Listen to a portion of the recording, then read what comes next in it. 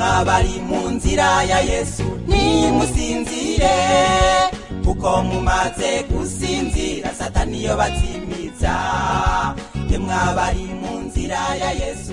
Yesu ashimwe cyane ndabaramukije mu izina ry'umwami wacu Yesu Kristo. Ku izina nitwa Abeli Mbonimpa, ndafise ubutumwa Imana yampaye. Umwami Yesu Kristo yambwiye ati vuga uburire abantu ubabwire kugira ngo bitegure babe maso kuko umwami Yesu agiye kuza gutora umugeni wiwe.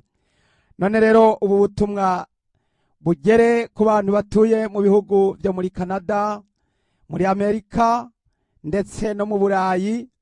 Ubutumwa ndagira ngo duhere kuburira abashoferi b'amatagisi, b'abakozi b'Imana canke b'abakristo bakijijwe baja mu ijuru.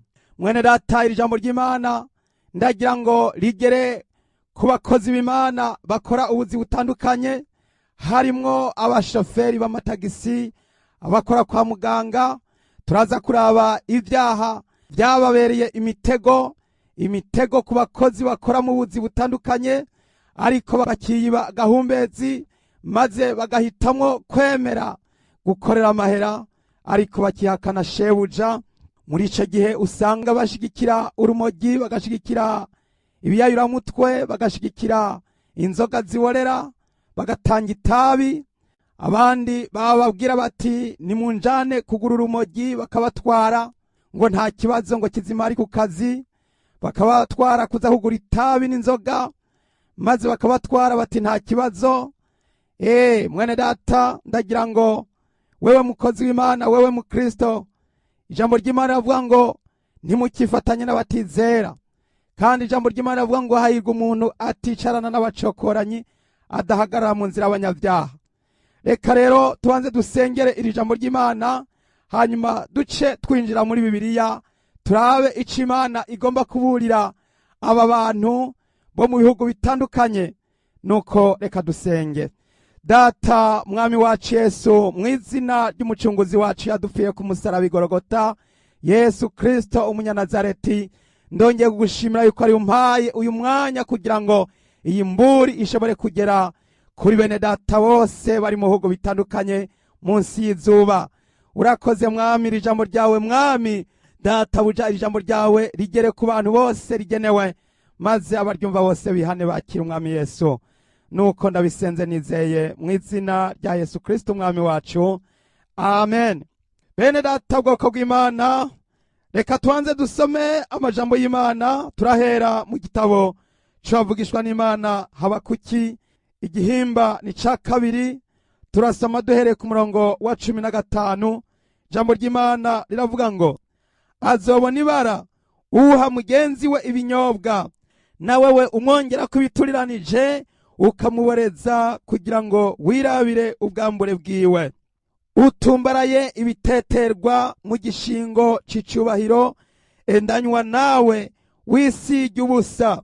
Igikombe kiri mu kuboko kw'iburyo kuhoraho kizoruha kigushikeko nawe, kandi iby'isoni biteye ishishi bizoba ku cubahiro cawe. Bene data, abakozi b'Imana, abakristo, ni mugabe mube maso mwiyubara.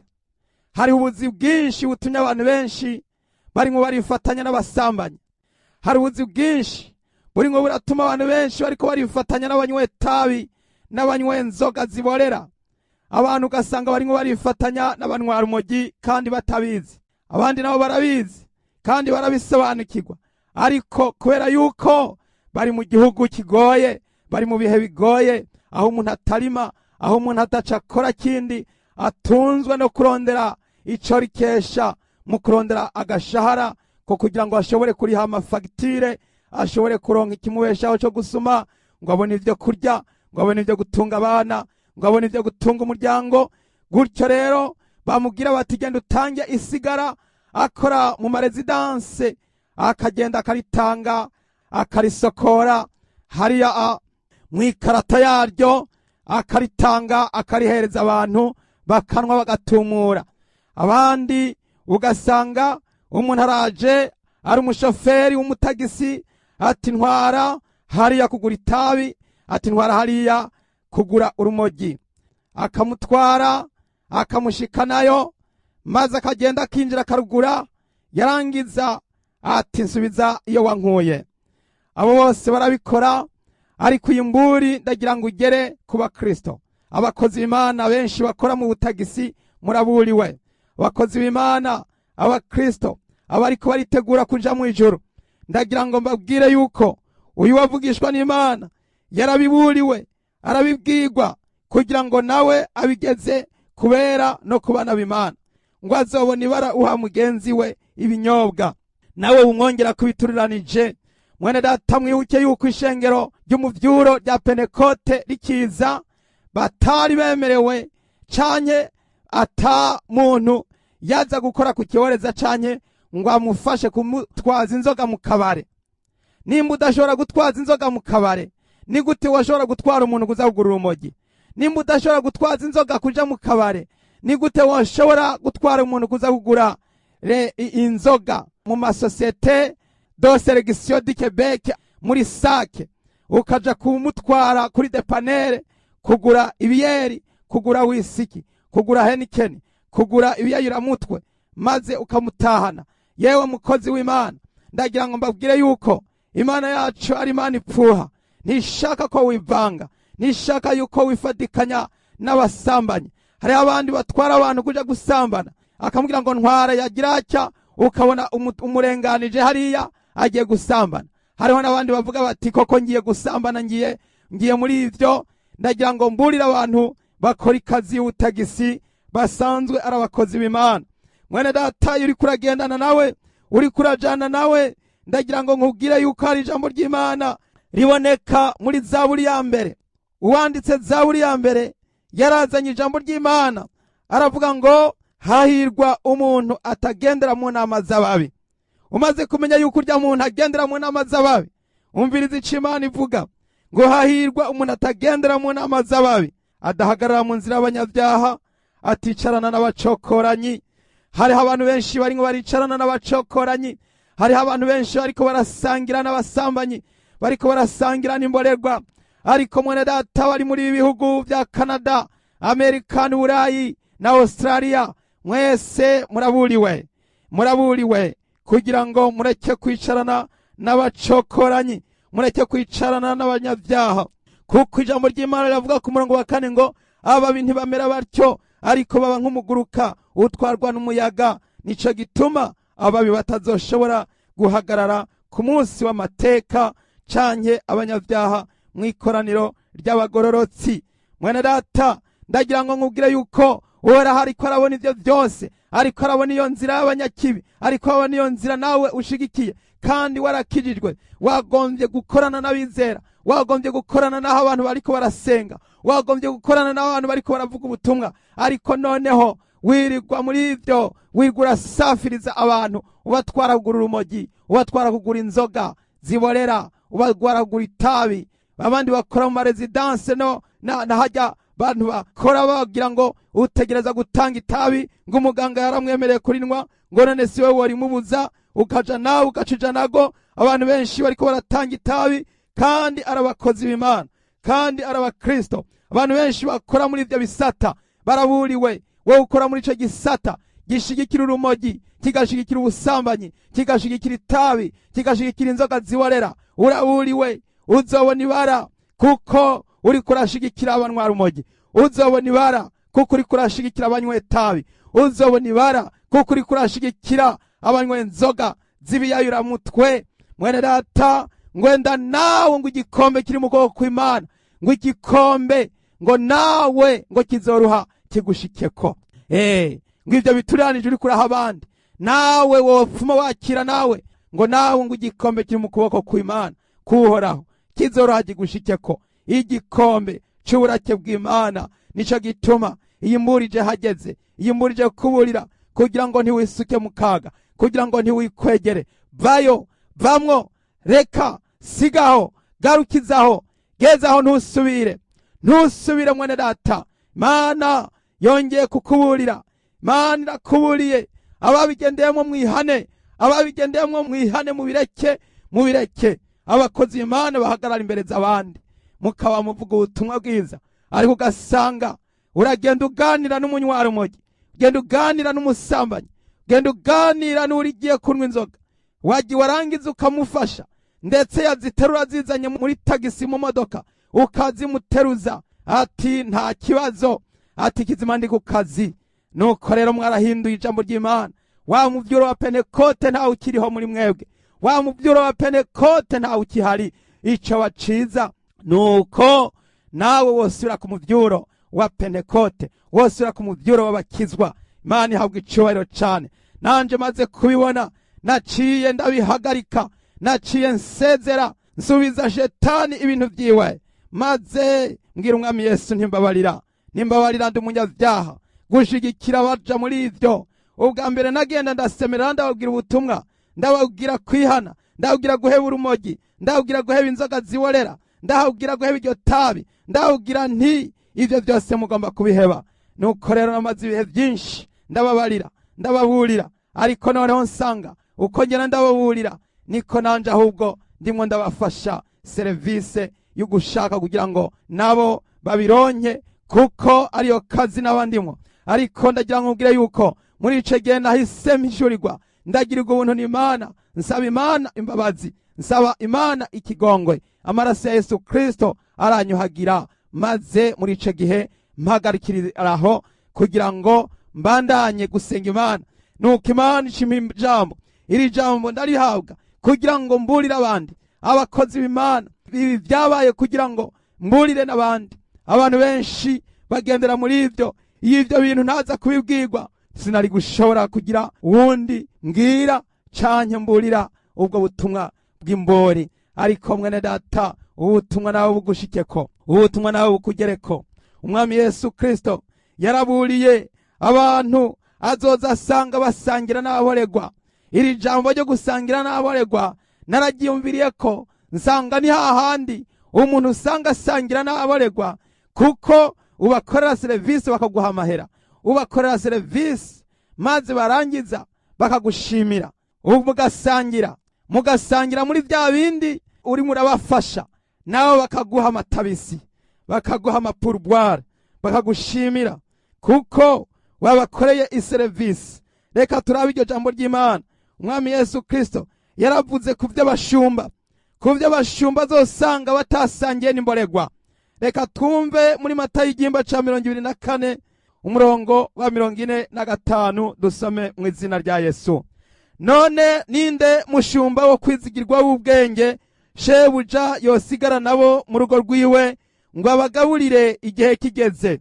Hahirwa uwo mushumba shebuja agarutse azosanga akora atyo. Ndababwira ukuri yuko azomuha kugaba ivyo afise vyose. Dusome ku murongo wa 48 haravuga ngo, ariko umushumba mubi niyibwira mu mutima wiwe ati databuja aracatevye, maze agatangura gukubita abashumba bagenzi biwe no gusangira n'ababorerwa, shebuja w'uwo mushumba azoza ku munsi atamwiteze no mu gihe atazi, azomucamwo kubiri, amusangiza umugabane wiwe n'indyarya, niho hazoba amarira no kuryanyisya z'amenyo. Imana idutabare cane. Ngo none ninde mushumba wo kwizigirwa kandi w'ubwenge ngo ariko uwo mushumba mubi ngo niyibwira mu mutima wiwe ati databuja aracatevye, maze agatangura gukubita abashumba bagenzi biwe no gusangira n'ababorerwa. Ni kukiri jambo barishizemwo hagata no gusangira n'ababorerwa, gusangira n'ababorerwa. Hariho abashumba basangira n'ababorerwa kandi bakabikora ibigira nkana, kubera yuko bavuga bati nta kundi nico gihugu turimwo niko bimeze. Mwana data ni wibuke, subiza agatima mpembero. Kera aho hambere iyo ubonye umuntu ayanywa urumogi wirukira, waravuga ati ahubwo mbonye igikoko, ukumva ubwoba ukiruka. Abanwa urumogi kera bari bagatarina bamena inzugi, urumogi rwahora ari ubwo kugira ngo rufashe abasuma n'abicanyi gukora ibara. Ariko noneho no munsi uramukorera service, ukamutwara yaja akagaruka, maze ukamugarukana muricarana n'abanywa nzoga, muricarana n'abagiye kugura inzoga mu kabare, ukamutwara akagura ayo macupa, akayagura, yamara kuyagura neza akayazana, ukamufasha kuyaterura, mukayashira mu modoka, ukamusubiza iyo wamukuye, ukamutahana, ukamufasha mbere no kubiterura, ukabimwinjirisha mu nzu. Mwene data, uri umushumba, uri umukozi w'Imana, uri umukristo, warabanujwe amavuta. Ijambo ry'ubukristo risobanurwa ngo uwasizwe amavuta, warasizwe amavuta. Ariko none heraba wamaze gusangira n'ababorerwa, wamaze gusangira n'abatizera. Yesu agiye gusangiza umugabane we n'indyarya, agiye gusangiza umugabane we n'abatizera. Mwene data, ico kubera ciza nuko wohitamwo, hitamwo bigishoboka, bicitwa uyu munsi. Nimba vyarashitse ihane, nimba vyarakubayeko ihane, nimba ko kazi kakubereye umutego gahebe, kuko jambo ry'Imana bavuga ngo utikoreye umusaraba ngo nkurikire ngo ntaba nkwiye, kandi uzogerageza gukiza ubugingo bwiwe ngo azobubura, ngo ariko uzobuheba kubwanje azoburonka. Jambo ry'Imana risobanura neza mu butumwa bwiza bwa Matayo igihimba n'icicumi umurongo wa 38 haravuga ngo kandi utikoreye umusaraba wiwe ngo nkurikire ntaba nkwiye, urokora ubugingo bwiwe azobubura, n'uheba ubugingo bwiwe kubwanje azoburonka. Mwene data, y'amajambo arimo aratwereka, atubwira ko umuntu wese atikorera umusaraba wiwe ngo akurikire umwami Yesu yuko azobona ibara, ngo kandi ushaka kurokora ubugingo bwiwe azobubura, n'ubuheba kubera Kristo azoburonka.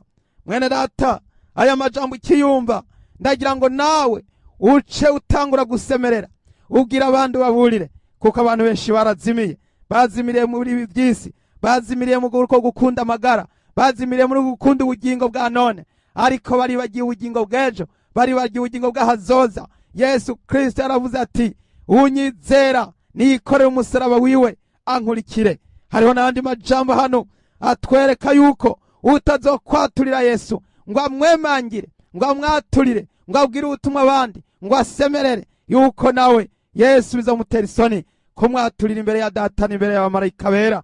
Mwene data, reka dusome ayo majambo hanyene muri Matayo 10 umurongo wa 32 haravuga ngo umuntu wese azonyaturira imbere y'abantu, nanje nzomwaturira imbere ya data wo mwijuru, ariko umuntu wese azonyihakanira imbere y'abantu, nanje nzomwihakanira imbere ya data wo mwijuru.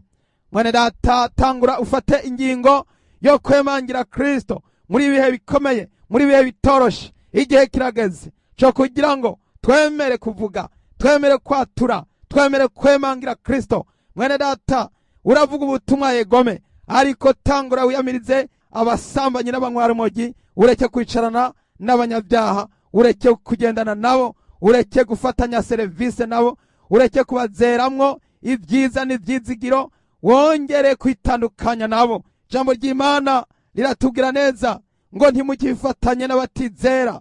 Intumwa Paulo yaratubwiye ayo majambo, aratubwira ngo ntimukifatanye n'abatizera. Mwene data, wewe wifatanya n'abatizera kandi ataco musangiye. Jambo ry'Imana riratubwira neza ngo ntimukifatanye n'abatizera. Jambo ry'Imana rirabisobanura neza. Abikorinto ba kabiri igihimba ca 6 umurongo n'14, jambo ry'Imana riravuga ngo ntimwifatanye n'abatizera kandi ataco musangiye. Ukugororoka n'ukugabitanya bifatana bite? Canke umuco n'umwiza bifatanya bite? Kandi Kristo ahuriye hehe na Beriyari? Canke uwizera n'utizera basangiye iki? Kandi urusengero rw'Imana ruhuza rute n'ibigirwamana? Mwene data, ayo majambo yose y'ibibazo uri kurabazwa, nanje ndiko ndabazwa, ndagira ngo ari we wese ahabwe kuyishura. Ishura ivyo bibazo byose, ishura wumve neza yuko utacifatanya n'abatizera. Mbega abatizera musangiye iki? Mbega muzohurira hehe? Mbega ukugororoka n'ukugabitanya muzohurira hehe? Naho bizokwigera bihurira, kandi naho bifatanira. Umuco n'umwiza ntaho bihurira. Hari umutaga ugira amasaha 12, hari ijoro naryo rigira amasaha 12, byose ntibishobora guhura namba. Kandi ikindi Kristo nahahuriye namba n'abayari. Bayari atwara abantu muri Gehenomu, Kristo atwara abantu muri paradiso. None wumva bazohurira hehe? None wowe ushigikira abayari ukongera ugashigikira Kristo, wumva uzomera nka ya mfyisi imwe yagenda mu nzira igatambama, ariko inzira zibiri zananiye imfyisi. Mwene data, ni na wa mugani baciye ngo guhita imanza yarongoye abagore babiri. Ntushobora gusenga Imana nitunga, heba kimwe, heba iryo tunga. Uno munsi ndabwira ngo heba iryo tunga, heba iyo mari, heba ubwo butunzi, heba ibyo by'isi, maze wifatanye na Yesu Kristo, kuko yemeye gutanga ubugingo bwiwe kugira ngo agucungure, kugira ngo ancungure. Mwene data, nguwizera n'ubutizera basangiye iki? Ntaco basangiye namba. Ngo kandi urusengero rw'Imana ruhuza rute n'urusengero rw'ibigirwamana? Ntaho bihurira namba. Imana ni Imana ipfuha. Jambo ry'Imana riratubwira ngo ndi Imana ipfuha, mpora abana igabitanye byabase, nkageza ku rungano rugira gatatu no kurugira kane. Imana yacu ni Imana ipfuha, ntukagire izindi mana uyibangikanya. Bene data, jambo ry'Imana rirakomeje avuga ngo kuko twebwe turi urusengero rw'Imana nzima, nk'uko Imana yavuze iti nzogerera muri bo, nzogendera muri bo, mba Imana yabo, nabo babe abantu banje. Nuko muve hagati y'abandi mubitandukanye, ko niko warahagize. Kandi ntimugakore ku kintu gihumanya na kimwe, nanje nzobakira. Ngo ntimugakore ku kintu na kimwe gihumanya. Umuntu wese yakoze ku nzoga zihumanya, ku nzoga ziwarera, umuntu wese yakoze ku itabi amwe araritanga, yongere kweza ubugingo bwiwe, yongere kweza intoke ziwe. Yemwe banyabyaha nimukarabe, yemwe basambanyi nimuyeze imitima, nimukarabe. Umuntu yakoze ku gihumanya, umuntu yashigikiye abanywa urumogi, umuntu yashigikiye abanywa inzoga, umuntu yatanze serivisi yo gushigikira abo, niyihane. Asangwa hari ikibi wakoze, ucihane. Asangwa hari ikibi washigikiye n'ibiganza byawe, n'intoke zawe, n'amaboko yawe, n'amaguru yawe, aho wagiye ugenda, byose ubyihane. Guhera iyi saha wongere guhindukirira umwami Yesu. Hariho benshi baza ngo n'abakozi b'Imana, ngo bamaze imyaka n'iyindi, bamaze ibihe n'ibindi bakorera Imana, ngo ivyo ngo nta kimwe babwiye, ngo Imana ngo izobabarira. Ariko mwene data, tugeze mu bihe by'imperuka. Shetani arimo arakora asikura hejuru, arimo arakoresha abantu benshi. Ibihugu byose byahagurukiye ubutinganyi, byahagurukiye abarongora n'abahuza ibitsina, byahagurukiye gushigikira Shetani ku mugaragaro.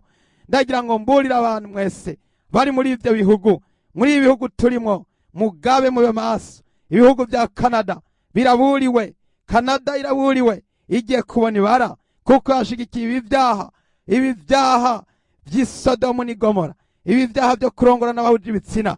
Bagiye kubona ibara. Imana yacu igiye kuza kurimbura abanse kwihana. Ibihugu bya Amerika biraburiwe, byashigikiye amaleta yashigikiye abarongora n'abahuje ibitsina ku mugaragaro. Leta zishigikiye iryo tegeko rigiye kubona ibara.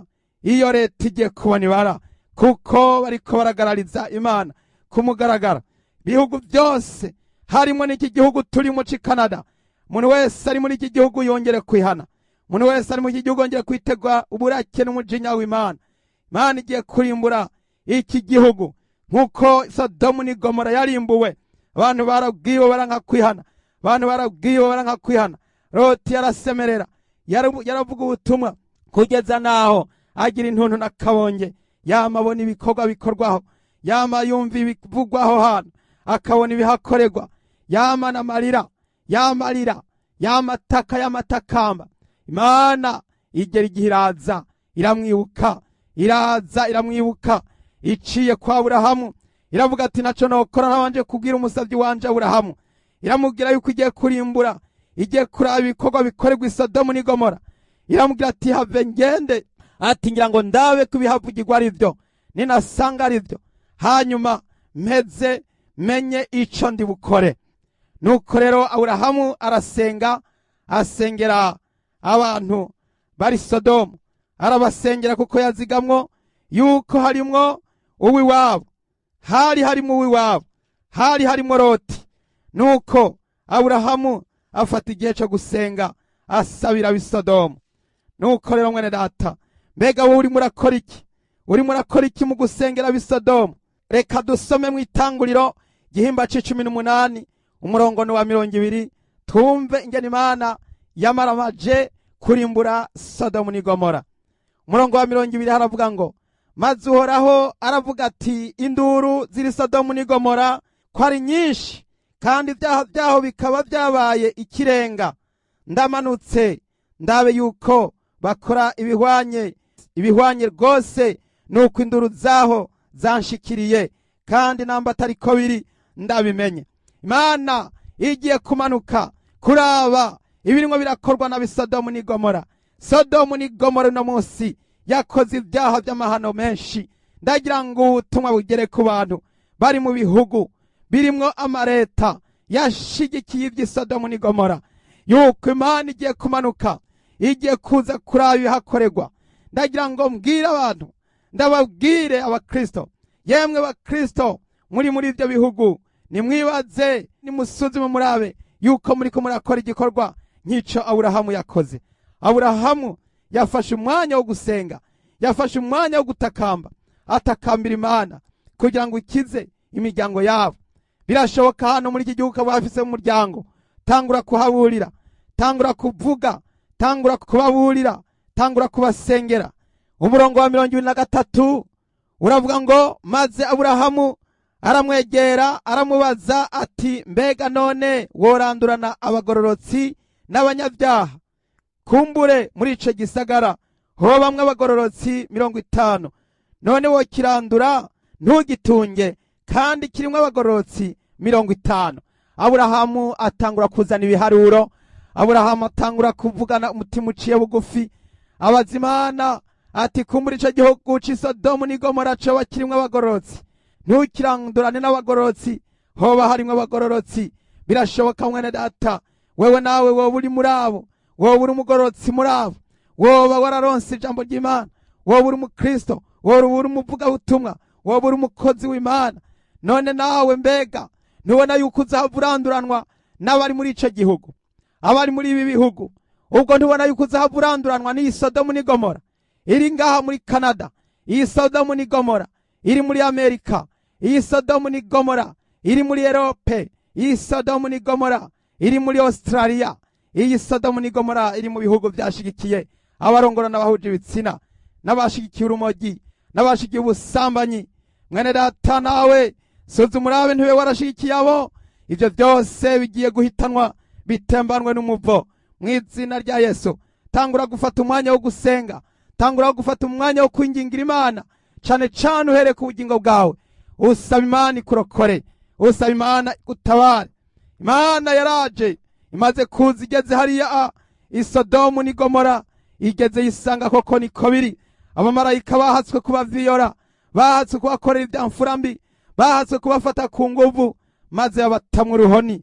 Hanyuma baca babwira Loti bati, hunga, bya bindi byose byavuzwe turabibonye, iki gihugu kigira ngo kirimbuke, Imana idutumye kuharimbura. Abamarayika babwira Loti bati, nimba hari abufise muri iki gisagara, babwire basohoke bave muri iki gisagara, kuko tugira ngo tuhahonye. Loti arabwirwa kugira ngo agende kuburira abantu. Jambo ry'Imana yavuga ngaha ku murongo gihimba c'19 umurongo wa 12, abo bagabo babaza Loti bati, hari abandi bantu ufise hano, abakwe bawe n'abahungu bawe n'abakobwa bawe, nabufise bose muri iki gisagara, bakura aha hantu, kuko tugira tuhahonye, kuko induru zihavugirizwa zibaye nyinshi cane imbere y'Uhoraho, kandi akaba adutumye kuharandura. Mwene data, induru zamaze kurundikana, urumogi rwankwerewe aha hantu rwabaye rwinshi, itabi, ubusambanyi, ubwicanyi, ubutinganyi byakorewe aha hantu byabaye byinshi. Hasigaye hameze nko mu gahinga mu karere, basigaye bakora nk'ivyo ibikoko bikora. Induru zabaye nyinshi. Imana igiye kuza kurimbura iyi si kubw'ubugarariji bwabo. Nuko Loti arasohoka, umurongo wa 14, nuko Loti arasohoka barira abakwe biwe, basabye abakobwa biwe ati, vyuka muva aha hantu, kuko Uhoraho agira arandure iki gisagara, ariko kuba kwe biwe yari ameze nk'ukwizagira. Abantu benshi barumva Imburi bakumva yuko ari ukwizagira, barumva yuko atana kimwe babwiye. Mwene data, hunga ntupfe ntukebere. Ndagira ngo wewe uri muri ibyo bikorwa, muri ayo maserivise byo gushigikira urumogi, byo gushigikira ubutinganyi, byo gushigikira ubusambanyi, byo gushigikira ayo masigara n'iryo tabi, wewe uri muri ayo maserivise, hunga ntupfe. Wewe uri muri ibi bihugu byamaze gushigikira iby'isodomu n'igomora, hunga ntupfe ntukebere. Tutararangiza iki kiyaya, Imana igira ngo irimbure, iracarindiriye wewe, iracakurindiriye, iracandindiriye. Nimuze duhungire muri Yesu, nimuze twitandukanye n'ivyisi, twitandukanye n'ibyaha. Bakozi b'Imana, ba Kristo, shengero ry'Imana, abantu bose bazi yuko biteguriye gusanganira umwami Yesu. Umwami Yesu agiye kugaruka, agiye gutwara umugeni, agiye gutora ishengero niryamara kuzamurwa, bya bihano byose na bya byago byose byagenewe abisodomu n'igomora bizoca bitangura kubashika ko giturumbuka. Mwene data, ngo bizobatera giturumbuka nk'uko ibise biza kumugora kuri we, kandi ntibazokwikiza na gatoya. Ariko wewe uraburiwe kugira ngo uve muri uwo mwijima, uve muri ibyo byaha urimwo, maze wakira umwami Yesu Kristo umutabazi. Yesu akugirire neza. Tugiye gusenga, turasengera umuntu wese afashe ingingo yo kumaramaza no guhitamwo kwemera no kwemangira Kristo muri bihe bikomeye byo kwitegurira gusanganira umwami Yesu. Tugiye gusengana nawe, wewe utanguye gufata ingingo yo guheba ayo maserivise yo gushigikira abasambanyi, ayo maserivise yo gushigikira abanywa rumogi, ayo maserivise yo gushigikira abatorana bahuje ibitsina, gushigikira abanywa itabi n'abanywa inzoga. Ayo maserivise yose uyasezerere, maze wongere kumva ko bifatanije n'umwami Yesu Kristo akaramata, witandukanye n'abanyabyaha, witandukanye n'abatizera. Turagira ngo dusenge Imana.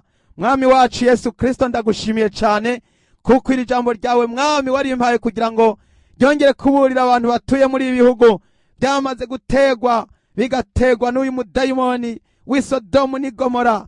Data uja wera, ndakwinginze kugira ngo ufashe utabare abakristo bari muri ibi bihugu, abakristo bari muri aka karere, bongere gukiza amagara yabo, bahungire muri Yesu, bahungire mu mwami wacu Yesu Kristo yatwitangiye ku musaraba. Mwami wacu urakoze mwami. Data, ndakwinginze kuri uyu muntu yakoze igicaha, umubarire mwami, umugirire ikigongo, umweze ntasubire gushigikira mwami abanywa rumogi, ntasubire gushigikira abanywa itabi, ntasubire gushigikira abasambanyi, ntasubire gushigikira abatinganyi, ntasubire gukora ibyaha ndenga kamere byo gushigikira abandi ugasanga barimo baratanga inzoga, bashigikira batanga bahereza abandi amaserivise, ugasanga barimo barashigikira akabaregwe. Mwami, ndagusabye kugira ngo ubehe kwitandukanya n'ivyo byose, bahungire muri Yesu. Ku bantu bose ariko barahungira muri Yesu, ndongeye kubasabira imbabazi n'ikigongwe. Ubaharire mwami, ubagendere nkuko nanje wangendereye, ubaharire nkuko nanje wampariye, ubatabare nkuko nanje wantabaye, uheze nkuko nanje mwami ijambo ryawe ryo rinyeza. Nanje ndisabiye kuhagirwa n'ukoga mu maraso Yesu Kristo. Ndasengeye mwene data kuhagirwa n'ukozwa mu maraso Yesu Kristo. Twese uduhe kozwa n'ukuhagirwa mu maraso Yesu Kristo, maze mwami amazina yacu, amazina ya buri muntu wese yakijijwe yandikwa mu gitabo cy'ubugingo c'abamwagazi w'intama yatanzwe ku kimazi uhereye kuremwa kw'isi. Urakoze, ubishimigwe, ndagukengurukiye cyane kuri Imburi. Ku bantu bose bayumvise, izina ryawe rihabwa icubahiro. Ndabisenze mu izina ry'umwami wacu Yesu Kristo, umwami wacu y'umunyanazareti. Amen. Haleluya, haleluya. Mwene data, Imana ihabwa icubahiro kuri wewe wamaze kumva iri jambo ry'Imana. Yesu Kristo abagirire neza. Ku izina nitwa Abeli Mbonimpa, abipfuza kugira ngo baronye ubusobanuro kubijanye no kugira ngo basengerwe bihane bakira umwami Yesu. Telefone nizi zikurikira: utanguza igiharuro 1-819-588 ubusa 7. Umwami Yesu Kristo abahezagire. Haleluya, amen. Ikangure bagenzi, ikangure bagenzi, umwami Yesu ari ku rugi. Ikangure bagenzi, ikangure